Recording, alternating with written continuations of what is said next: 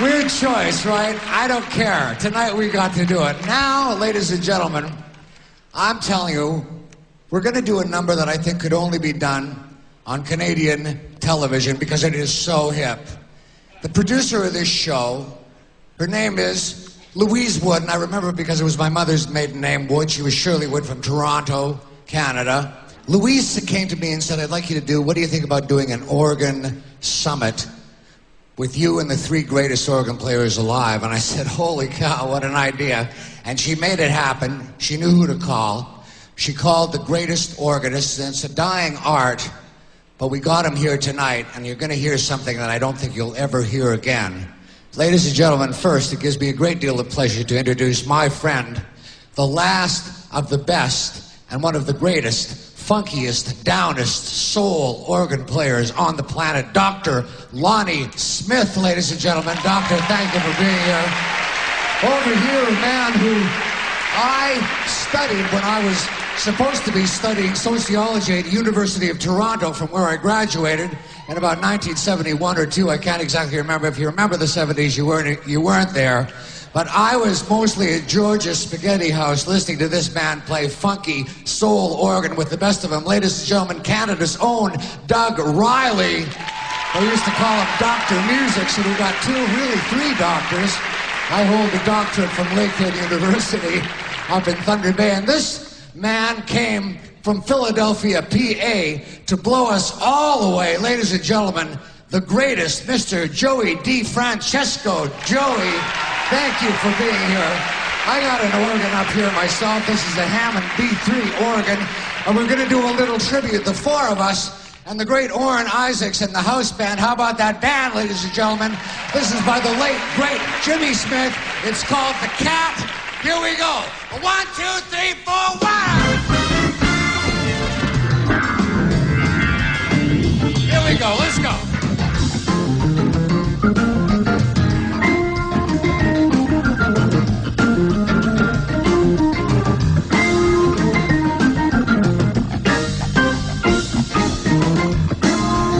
Let's hear the horns.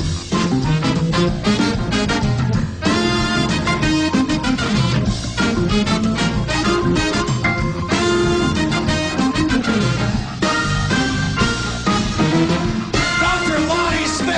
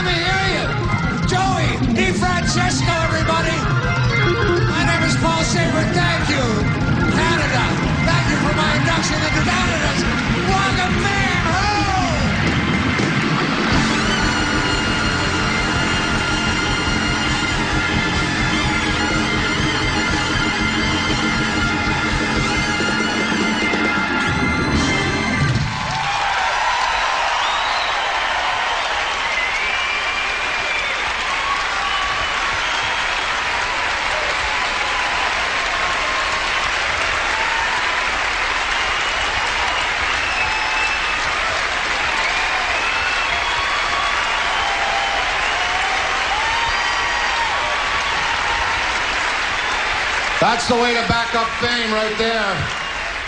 Thank you, Dan Aykroyd. I want to say one thing about friendship and loyalty. Danny and I met in 1972. We hung out once in a while backstage at